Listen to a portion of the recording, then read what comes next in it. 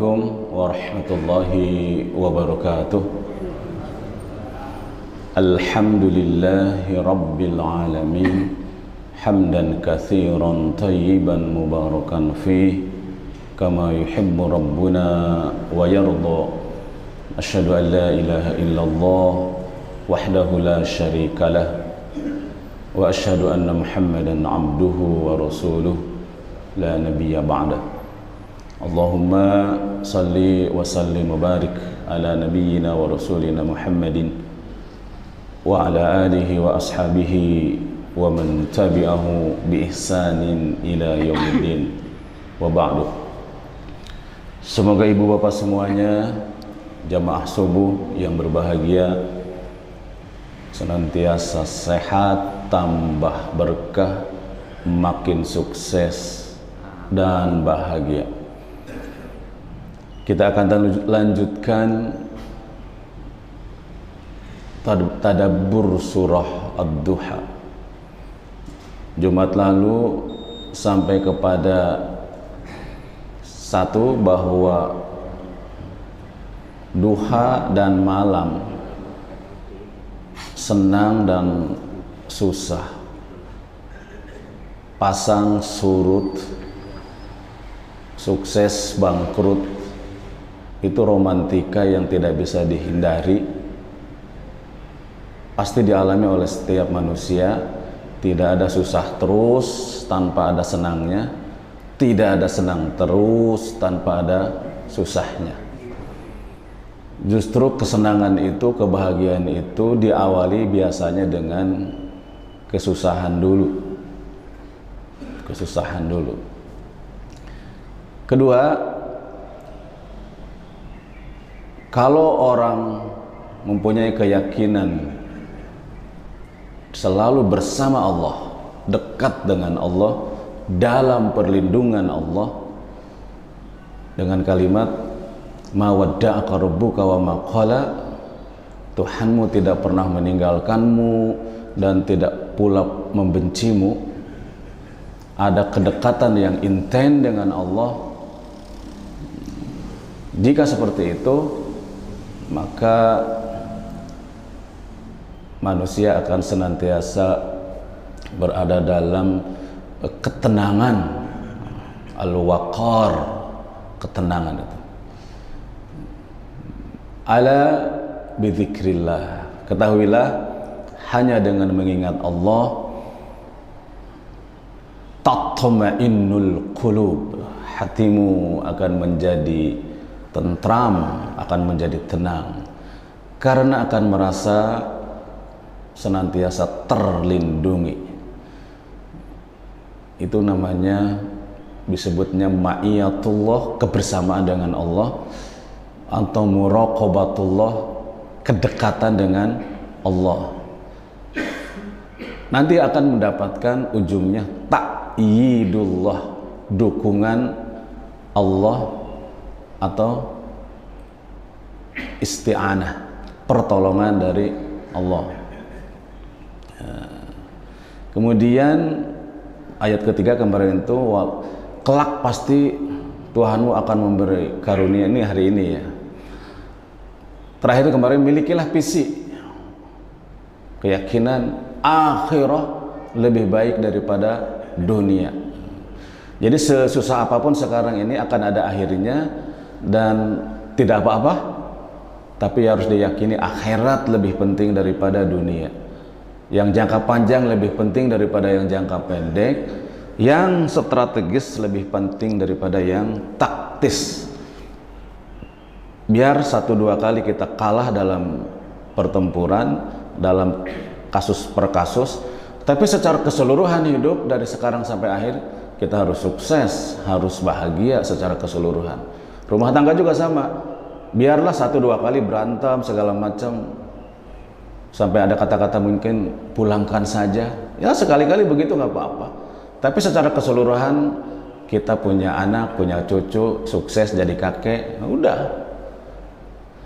Sekarang ada 1 sampai ayat ke-4 ini namanya dukungan dari Allah. jaminan namanya, jaminan. Dan diakhiri dengan kalimat ini jaminannya, wala saufa, kelak pasti, yu'tika rabbuka, Tuhanmu akan memberi karunia kepadamu. Kalau kita menjalankan ayat yang pertama, kedua, ketiga, urutannya seperti itu, dijamin oleh Allah kelak pasti, yu'tika rabbuka, Tuhanmu akan memberi karunia kepadamu, fatardo, lalu hatimu menjadi puas. Atau yu'ti, atayati, atau yu'ti, yu'tika, itu kata yang mempunyai dua objek. Tidak bisa dipahami kalau objeknya dua-duanya tidak ada. Saya memberi kepadamu, saya memberi kepadamu, subjek, predikat, objek, cuma satu, saya memberi kepadamu. Belum bisa dipahami kalimat itu. Harus objek kedua, uang, uang objek kedua, baru bisa dipahami. Dalam bahasa Arab ada yang perlu dua objek. Kelak pasti Tuhanmu akan memberi karunia kepadamu. Belum selesai itu. Fatardo, lalu hatimu menjadi puas. Masih belum selesai. Karena perlu objek kedua. Tapi nggak disebut objek keduanya mana. Nah, ada kaidah di sini. Idza khudzifal maf'ul, kalau objeknya itu dibuang tidak disebut, tadullu alal umum, menunjukkan kepada umum. Kasusnya sama dengan surat Al-Alaq. Iqra, bacalah. Gak disebut baca apa. Langsung aja bismi rabbika, dengan nama Tuhanmu. Kok gak disebut objeknya? Kalau objeknya tidak disebut, tadullu alal umum. Baca apa saja. Baca apa saja. Nah, ini juga sama. Kelak pasti Tuhanmu akan memberi karunia padamu. Gak disebut apa. Berarti apa saja. Sesuai dengan effort kita. Kalau effort kita membaca, karunianya adalah wawasan luas. Kalau effort kita bekerja, uang. Kalau effort kita jujur, dipercaya, itu udah sebab akibat, kausa, efek. Itu sudah masuk kepada the law attraction, sebab akibat. Salah satu the law attraction, hukum tarik menarik itu adalah sebab dan akibat, atau kausa efek. Kalau effort kita ada di dunia kesehatan, memperbaiki kesehatan diri, olahraga, makan, dijaga segala macam, itu hasilnya adalah diri yang sehat dan kuat. Meskipun ya ada juga kekecualian, ya meskipun berusaha tetap aja gagal, itu ada. Tapi secara umum yang harus dipakai adalah sebab akibat itu ada, sunnatullah namanya. Jadi kalau kita meyakini Allah senantiasa bersama kita, kita meyakini akhirat lebih penting daripada dunia, kita tidak ditinggalkan oleh Allah dan seterusnya, pasti Allah akan memberi karunia padamu, apapun karunianya sesuai dengan effort kita, fatardo, dan kita akan puas. Sampai di sini adalah jaminan dari Allah. Sekarang Allah ingin memperlihatkan buktinya di ayat berikutnya. Alam yajidka, ini bukti. Tiga hal ini bukti. Tiga ayat ini, tiga ayat ya, bukti bahwa Allah benar menunaikan janjinya, melaksanakan janjinya. Alam yajidka, bukankah dia telah mendapatimu wahai Muhammad yatiman, dalam keadaan yatim, fa'awa, lalu dia melindungimu. Satu, dulu kamu yatim, buktinya sampai sekarang kamu bisa hidup seperti ini, sampai mendapat wahyu, diangkat menjadi rasul. Ini kalau dipakai ayat ini kepada kita, itu lebih pas lagi. Sekarang mari kita membayangkan kehidupan kita waktu anak-anak. Dulu kita di kampung, sekolah kita pas-pasan, susah. Di antara bapak yang umur-umur segini pasti mengalami ini. Bayangkan ke kampung, bagaimana kita lari di pematang sawah, naik pohon, main layang-layangan dan seterusnya. Hidup kita makannya makan ikan asin aja ya Husna ya, bener ya. Susah. Dulu kamu susah, dulu kamu bukan apa-apa. Ketika lahir kita ini bodoh, miskin, dan lemah. Setiap orang yang lahir itu dalam keadaan belum tahu apa-apa, namanya bodoh, belum punya apa-apa, namanya miskin, dan tidak kuat apa-apa, namanya lemah. Semua orang ketika lahir sama, bodoh, miskin, lemah. Nah, sekarang lihat apa yang bapak-bapak ada miliki. Wah, ada istri, ada anak, anak sudah pada sekolah, ada rumah, ada kendaraan, bisa ke masjid dengan tenang. Terbukti nggak, Pak? Yang dijamin oleh Allah itu, saufa, kelak pasti yu'ti karabbuka, Tuhanmu akan memberi karunia padamu, fatarda lalu hatimu, dan akan menjadi puas. Bukankah dia telah mendapatimu dulu kamu yatim, fa'awa, lalu ada yang melindungimu. Untuk umur sekarang ke depan, kecemasan tidak boleh ada lagi, Pak. Karena sudah jelas Allah memelihara dari kecil sampai sekarang oke-oke aja. Apalagi dari sekarang ke depan sudah punya pengalaman, sudah punya ilmu. Nggak ada alasan untuk kolik dalam bahasa Arab. Kolik itu cemas segala macam. Bagaimana kita bisa cemas? Orang dari bayi, dari kecil tidak berdaya bisa sampai seperti ini. Sekarang kita sudah seperti ini, sudah punya pengalaman, sudah punya ilmu. Ke depan, apa lagi yang dicemaskan? Mau minyak goreng mahal, mau 3 periode segala macam, nggak urusan. Kita punya kewajiban terhadap kita sendiri masing-masing. Ya, kita tetap aja begitu-begitu aja siapapun presidennya. Yang kedua, bukti yang kedua, wa wajadaka, bukankah dia telah mendatangimu ailan, dalam keadaan miskin. Dulu kamu miskin, fa'agna, lalu Allah memberi kecukupan. Lalu Allah memberi kecukupan. Ini juga bisa bayangkan kehidupan Bapak masa lalu. Wah, terasa ya, sekarang ini karunia akan melahirkan rasa syukur. Wa wajadaka ailan. Ini bukti bahwa Allah tidak membiarkan kita. Tidak membiarkan kita. Dan Allah memberi karunia.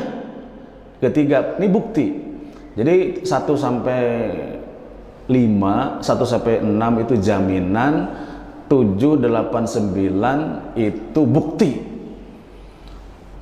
Wa wajadaka, bukankah dia telah mendapatimu dolan, dalam keadaan bingung, fahada, lalu dia memberi petunjuk. Rasulullah mengalami kebingungan lalu mendapat wahyu. Di antara bapak-bapak dulu pernah mengalami jahiliyah, ada nggak? Apakah bapak-bapak langsung jadi orang bertakwa, misalnya jadi langsung rajin ke masjid? Oh, punya masa lalu macam-macam itu. Dalam hati aja Pak, ngakunya Pak. Masing-masing akui sendiri itu. Kita pernah mengalami masa jahiliyah, mungkin belum lancar baca Quran dulu, sholat belang bentong, pokoknya jauh dari agama itu. Sekarang tiba-tiba kita berada jadi soleh, ke masjid, jadi ini karunia janji Allah. Kalau kita fokus, akhirat lebih penting daripada ini. Buat saya ayat ini sangat inspiratif banget itu. Makanya pantas ada jaminan dari Rasulullah itu, kalau kita memahami ayat ini dengan sebaik-baiknya, itu akan hilang kegalauan itu, Karena kita berpikirnya ke belakang, melihat masa lalu kita sekarang sudah seperti ini. Nah, sekarang yang ketiga terakhir itu adalah bukan kompensasi. Saya nyampaikan lagi ucapan dalam film apa laba-laba itu? Spider-Man. Ketika dia mempunyai kemampuan spidernya itu, bisa naik ke atas, bisa main gelayutan segala macam itu. Ada omongan dari siapa omongan lah gitu. Tapi yang penting omongannya Pak, bukan Spider-Man-nya Pak. Spider-Man-nya biasa aja, omongannya itu. Kamu sudah mempunyai kemampuan lebih besar, punya anugerah lebih besar sekarang dari sebelumnya. Karena itu tanggung jawab kamu pun besar. Jadi posisi kita, keunggulan kita itu sebanding dengan tanggung jawab. Itu yang penting. Kalau posisi kita luar biasa, posisi direktur, tanggung jawabnya lebih besar dong daripada office boy misalnya. Jadi kalau karunia kita menerima lebih besar, maka dengan sendirinya tanggung jawab pun lebih besar. Maka ketika si Spider-Man itu belum punya kemampuan yang luar biasa, extraordinary itu, yang luar biasa itu, dia hanya berjualan koran, hanya ngurusin masalah makan aja gitu. Tapi setelah dia punya kemampuan besar, maka spektrumnya menjadi lebih besar, menjadi lebih luas. Tanggung jawab dia itu menyelamatkan orang yang terdolimi. Wah, jadi besar itu.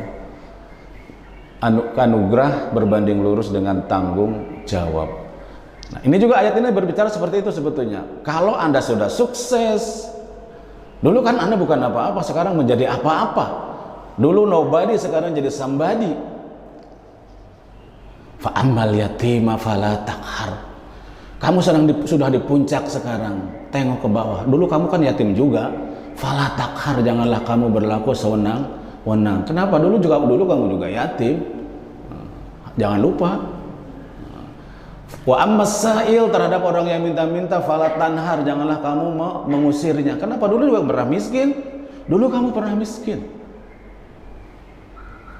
Wa amma bi ni'mati rabbika, dan terhadap semua nikmat dari Tuhanmu, fahaddits, hendaklah kamu memanifestasikannya, mensyukurinya, membaginya. Ya, seperti itu. Mudah-mudahan sejarah hidup kita seperti yang dialami Nabi, berakit-rakit ke hulu. Ketika kecil kita berjuang, susah, fight dengan melawan kemiskinan, melawan kesusahan, melawan kebodohan sejak kecil ke muda. Lalu kita mengalami sukses, pendidikan sukses, ekonomi sukses misalnya. Perhatikan ayat yang ketiga, fa ammal yatima fala taqhar wa ammas sa'ila fala tanhar wa amma bi ni'mati rabbika fahaddits. Kalau yang tiga ini dilakukan, itulah yang disebut dengan fatardo. Itu akan memberikan makna kepuasan itu di situ. Sekarang dari kecil susah, setelah harta dikumpulkan banyak, misalnya setelah kita punya posisi segala macam, kita gak ngapa-ngapain. Seperti orang masih dulu. Kalau dulu waktu muda, waktu belum punya apa-apa, belum kuat apa-apa, tidak ngapa-ngapain, tidak punya kontribusi, dalam bahasa Arabnya al-ito. Pantas dulu kan nggak punya apa-apa, kita nggak punya tanggung jawab apa-apa. Tapi kalau setelah kita berposisi di atas, besar, sudah punya kemampuan, nggak ngapa-ngapain juga. Keterlaluan kalau memang seperti itu. Nah, mudah-mudahan alur hidup kayak kita itu seperti itu. Untuk apa sih harus peduli segala macam itu? Buat kita juga posisi kita menjadi lebih bermakna. Kalau yang membuat kita nikmat itu waktu kecil itu memang makan, minum, misalkan naik mobil, ketika muda itu kayak gitu. Tapi setelah kita di puncak begini, apa yang membuat kita senang? Apa masih itu? Tidak, tapi berkontribusi akan membuat hidup lebih bermakna. Kebutuhan kita sudah bukan lagi dimakan minum kalau setelah besar itu sudah lewat.